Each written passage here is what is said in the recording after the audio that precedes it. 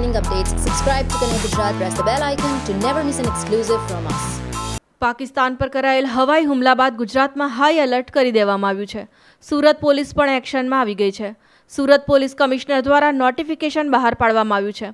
શહેરની સુરક્ષામાં વધારો થાય અને સુરક્ષા વ્યવસ્થા વધુ મજબૂત બને તેને લઈ શહેરીજનો માટે પોલીસ કમિશનરનું સૂચન કરવામાં આવ્યું છે. ઓછામાં ઓછા 1 મહિના માટે ઘરની જરૂરિયાત અનાજ કરિયાણાના સ્ટોકનો સંગ્રહ કરી રાખવો, ઘરોમાં તાત્કાલિક ઉપયોગ લઈ શકાય તેવી આવશ્યક દવાઓ રાખવો, કોઈ પણ શંકાસ્પદ વસ્તુ અથવા શંકાશીલ વ્યક્તિ જણાય તો તાત્કાલિક પોલીસ કંટ્રોલ રૂમને જાણ કરવા અપીલ કરવામાં આવી છે. આ સિવાય નાના બાળકોની જરૂરિયાત, ખોરાક તેમજ દવાની સગવડો પણ કરી રાખવા આહવાન કરાયું છે.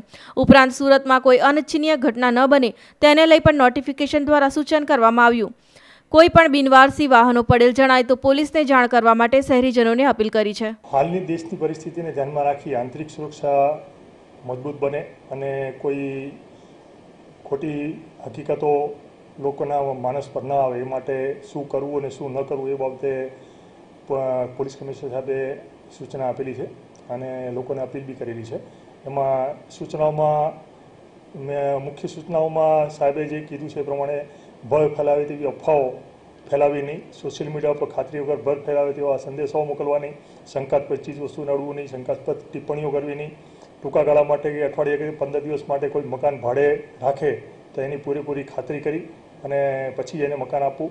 કોઈ વ્યક્તિ એ રીતે વાહન બી માંગતું હોય ટૂંકા ગાળા માટે તો બી એને પ્રોપર ઓળખાણ વગર એને આવું વાહન બી આપવું નહીં. ધર્મશાળાની અંદર બી હોટલોમાં કે ધર્મશાળાઓમાં માણસો જ્યારે રોકાવા આવતા હોય ત્યારે એમની પૂરી ચોકસાઈ કરી અને પછી એમને ઉતારો આપવો. અને આ બધી નાની નાની વાતો છે. નાની નાની વાતોનો જો પબ્લિક જો ધ્યાન રાખે તો એની આસપાસની અંદર શું પરિસ્થિતિ થઈ રહી છે, કોણ કોણ વ્યક્તિઓ શું કરે છે, અજાણ્યા વ્યક્તિઓ કંઈ થોડા સમય માટે વાહનો બદલતા હોય અથવા ફેરિયાઓ મારફતે કોઈ અજાણ્યા ફેરિયાઓ તમારા વિસ્તારમાં આવીને કંઈ રેકી કરતા હોય તો લોકોની સજાગતાને કારણે કોઈ મોટો બનાવ બનતો અટકી શકે છે. આ માટે પોલીસ કમિશનર સાહેબ તરફથી સૂચનાઓ બી જારી થઈ છે પોલીસને બી. અને દરિયાઈ પેટ્રોલિંગ છે અથવા કોસ્ટલ એરિયા છે, કોસ્ટલ એરિયામાં સઘન પેટ્રોલિંગ રાખવામાં આવ્યું છે. ચારે બાજુની બોર્ડર પોઈન્ટો છે, ચેકપોસ્ટો છે, ચેકપોસ્ટો બી સઘન કરવામાં આવી છે. સતત વાહન ચેકિંગ કરીને અજાણ્યા વાહનો કોઈ શહેરમાં પ્રવેશી અને કોઈ ભાંગફોડે કૃત્ય ન કરી જાય એ માટેની પૂરતી તકેદારી રાખવામાં આવેલી છે.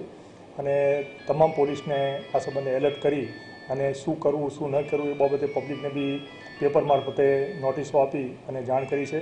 કદાચ પરિસ્થિતિ કોઈ બદલાય અને કોઈ ગંભીર પરિસ્થિતિ પેદા થાય તો એ સમયે તમારે બાળકો માટે જરૂરી દવાઓનો સ્ટોક રાખવો, ઘરની અંદર બી અનાજ પાણીની વ્યવસ્થા રાખવી.